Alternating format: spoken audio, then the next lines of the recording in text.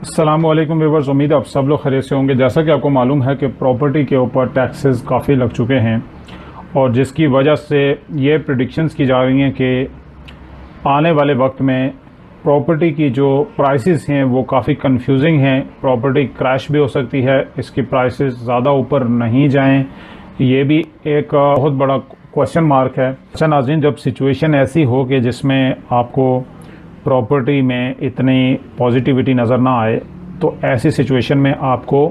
Strategy का पता होना चाहिए कि कौन सी वाली प्रॉपर्टी में आपने इन्वेस्टमेंट करनी है जिसमें आप मैक्सिमम टैक्स से भी बचे रहेंगे, यानी कम परसेंटेज पे करनी पड़ेगी या नहीं पे करनी पड़ेगी, या फिर ये होगा कि आपको टाइम पीरियड का भी अंदाज़ा होगा कि यार इतने अरसे में लेके इतने अरसे में रीसेल कर दूंगा तो मेरा प्रॉफिट भी सेव हो जाएगा और टैक्स भी मुझे कम पे करना पड़ेगा या नहीं पे करना पड़ेगा। तो ये वाली जो आज की वीडियो है, ये सारी आपको यही वाली इन्फॉर्मेशन आपको मिलेंगी कि आपको किस तरह से स्ट्रेटजी बनानी है अगले कुछ सालों के लिए। आज से लेके अगले चंद सालों के लिए आपको अपनी प्रॉपर्टी की सेलिंग बाइंग में या प्रॉपर्टी से पैसे बनाने के लिए अच्छे तरीके से कौन सी स्ट्रेटजी बनानी चाहिए। ये वीडियो कंप्लीट आप देखें, इंशाल्लाह ताला आपको इसका फ़ायदा होने जा रहा है। अब जो शॉर्ट टर्म में सेलिंग बाइंग करते थे प्लॉट्स की या घरों की या फ्लैट्स की, तो उनके लिए क्या हो जाएगा कि जो टैक्स की अमाउंट पे करनी है, जो थोड़ा बहुत प्रॉफिट होता था शॉर्ट टर्म में, वो टैक्स की मद में चली जाएगी। तो इसलिए ये प्राइसेस जो है वो उस तरह से नहीं बढ़ेंगी और लोग काफ़ी कंफ्यूज। इसमें परेशान होने की बिल्कुल भी कोई बात नहीं है। उसकी वजह ये है कि जब कभी भी ऐसी सिचुएशन आती है तो अगर आपको स्ट्रैटेजी का पता है कि यार इसके अंदर मैंने स्ट्रैटेजी क्या लेके चलनी है, और वो स्ट्रैटेजी आपको पता चलेगी इस वीडियो से, क्योंकि इस वीडियो में मैं आपको डिटेल से बताने जा रहा हूँ कि आपको प्लॉट अगर आप लेके रखेंगे, कितने अरसे के लिए रखेंगे तो उसके ऊपर कितना टैक्स है, और अगर घर आप लेते हैं उसके ऊपर कितना टैक्स है, फ्लैट या अपार्टमेंट लेते हैं उसके ऊपर कितना टैक्स है, और आप उसको कितने टाइम तक होल्ड रखते हैं तो कितना टैक्स है, और कितने टाइम में सेल कर देते हैं तो कितने टैक्स से आप बच सकते हैं, और कौन सी चीज़ आपको लेने में फिर फ़ायदा है, ये आप डिसाइड कर पाएंगे ये वीडियो देखने के बाद कि आपको ऐसी सिचुएशन में अपार्टमेंट्स की तरफ जाना चाहिए या हाउसेस की तरफ जाना चाहिए या फिर प्लॉट्स लेके रखने चाहिए। तो वीडियो शुरू करने से पहले आप अगर हमारे चैनल पे नए हैं, चैनल सब्सक्राइब कर लीजिएगा, बेल आइकन पर क्लिक कर लीजिएगा, और अगर वीडियो अच्छी लगे तो इसे फैमिली और फ्रेंड के साथ ज़रूर शेयर कीजिएगा। अच्छा जी, सबसे पहले हम कैपिटल गेन टैक्स की जो परसेंटेज है उसके ऊपर बात करेंगे। कैपिटल गेन जो है वो पहले 4 इयर्स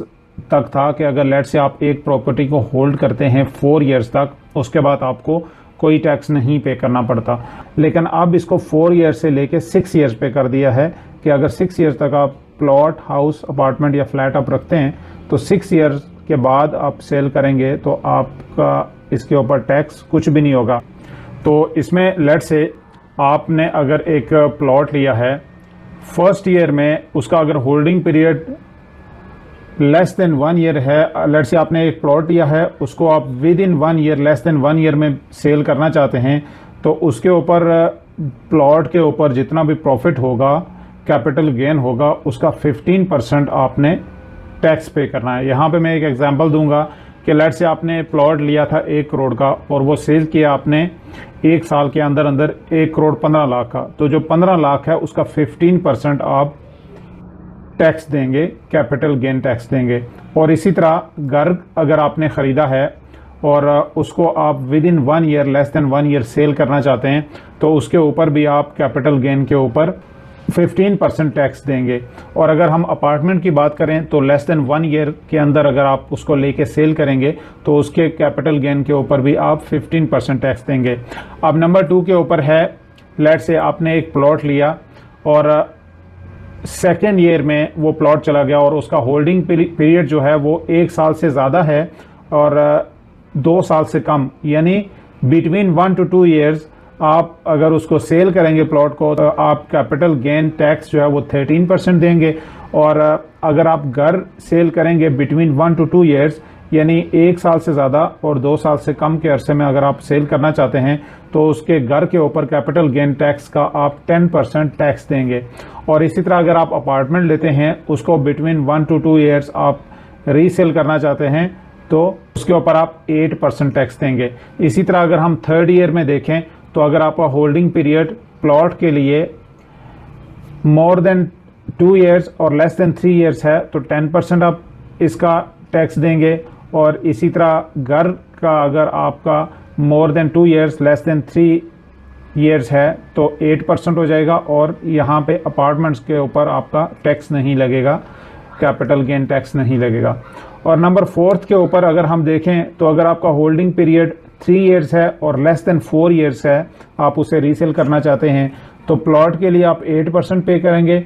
हाउस के लिए 5% पे करेंगे और अपार्टमेंट के लिए यहाँ पे आपका 0 टैक्स होगा, कुछ भी नहीं पे करना पड़ेगा।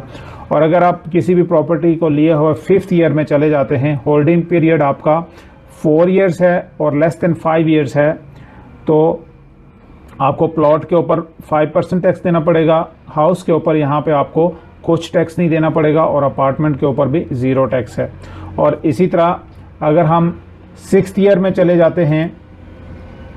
तो होल्डिंग पीरियड आपका अगर लेट से एक प्लॉट को लिए हुए 5 ईयर्स हो गया है और लेस देन 6 ईयर्स है तो 3% टैक्स देंगे। और हाउस का आप 0% यहाँ पे टैक्स बनता है और अपार्टमेंट का भी 0% टैक्स बनता है। इसी तरह आपका होल्डिंग पीरियड अगर मोर देन 6 ईयर्स हो गया है, यानी 7th ईयर में आप डल गए हैं, तो आपको कोई भी टैक्स नहीं पे करना पड़ेगा, ना प्लॉट के ऊपर, ना हाउस के ऊपर, ना ही अपार्टमेंट के ऊपर। अब नाज़रीन यहाँ पे कैपिटल गेन को अगर हम लें, यहाँ पे इन लोगों ने नंबर 1 के ऊपर फ्लैट और अपार्टमेंट को जो है वो बहुत जल्दी इन्होंने टैक्स फ्री कर दिया, यानी फर्स्ट 2 ईयर्स में सिर्फ 15% और सेकेंड 2 ईयर्स में 8% और उसके बाद इसको 0 कर दिया। यानी अपार्टमेंट्स को यहाँ पे नंबर 1 पे इन्होंने रखा है, उनको ज़्यादा इन्होंने मोटिवेट किया है कि अपार्टमेंट्स, फ्लैट्स और अपार्टमेंट्स को लोग ज़्यादा उसमें सेलिंग बाइंग करें। तो ये चीज़ आप एक यहाँ से देख सकते हैं कि आप अपने बजट के मुताबिक, अपनी सिचुएशन के मुताबिक आपको कितने अरसे के लिए पैसे लगाने हैं। इस चार्ट को अगर आप देखेंगे तो आपको इससे ये पता चलेगा कि सबसे कम अगर आप टैक्स देना चाहते हैं तो आपको अपार्टमेंट्स की तरफ यहाँ पे जाना पड़ेगा और सेकंड में आता है घर। तो नाज़रीन अब हम अपनी नेक्स्ट स्ट्रैटेजी के ऊपर चलते हैं। अच्छा, नंबर 2 के ऊपर हम जाएंगे रेंटल मार्केट की तरफ। रेंटल मार्केट को जो है ना वो उसके ऊपर भी टैक्सेस लगाए गए हैं। उस मार्केट को भी थोड़ा सा डिस्करेज किया गया है, वो इस लिहाज से कि अब ये लिमिट लगा दी गई है कि आपका अगर एक से ज़्यादा घर है और अगर दूसरे घर की वैल्यू जो है वो 2.5 करोड़ या उससे ज़्यादा है तो उसके ऊपर गवर्नमेंट ये अज्यूम करेगी कि साल का उसका 5% जो है वो इनकम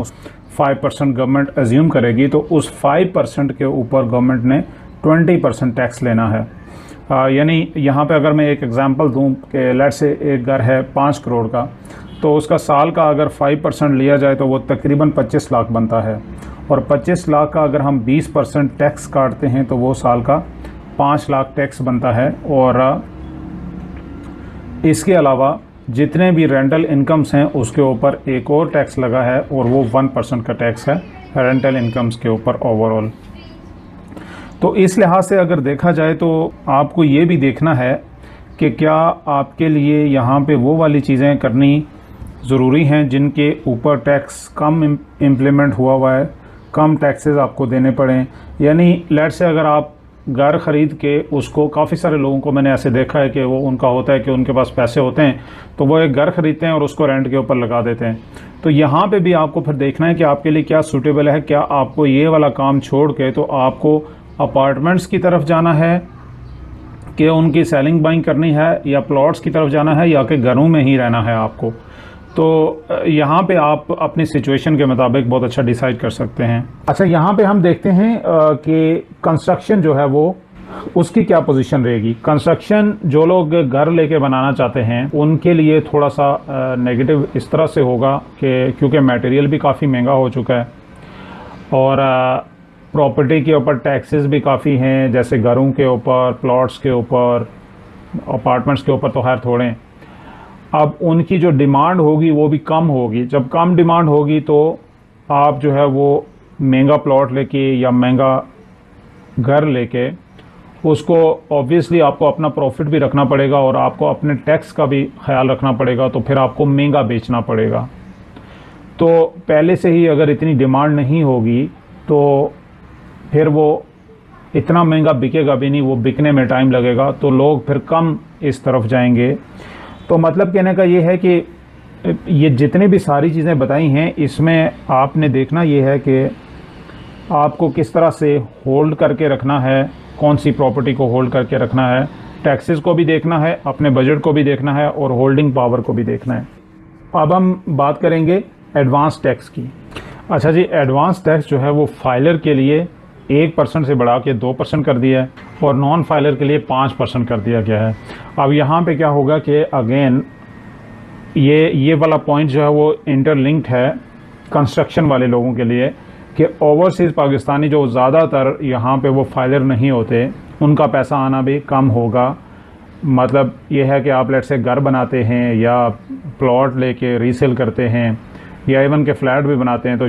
बहुत जल्दी उसे रीसेल नहीं कर पाएंगे। उसकी वजह ये होगी कि ओवरसीज़ के जो लोग हैं वो भी इतने ज़्यादा मोटिवेट नहीं होंगे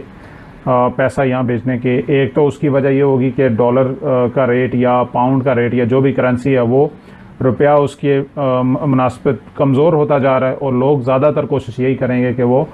अपनी ही जिस मुल्क में हैं उसी करेंसी में पैसों को रहने दें। तो ये भी एक लिहाज से मतलब देखने की बात है कि इस लिहाज से भी आपको चलना है। नाज़रीन, इसी तरह की इन्फॉर्मेटिव वीडियोस के लिए हमारे चैनल को सब्सक्राइब कर लीजिएगा, बेल आइकन पर क्लिक कर लीजिएगा और इस वीडियो को अपने फैमिली फ्रेंड्स के साथ ज़रूर शेयर कीजिएगा ताकि वो भी इस इन्फॉर्मेशन से फ़ायदा उठा सकें। नेक्स्ट वीडियो तक अपना बहुत सारा ख्याल रखिएगा। Thank you very much.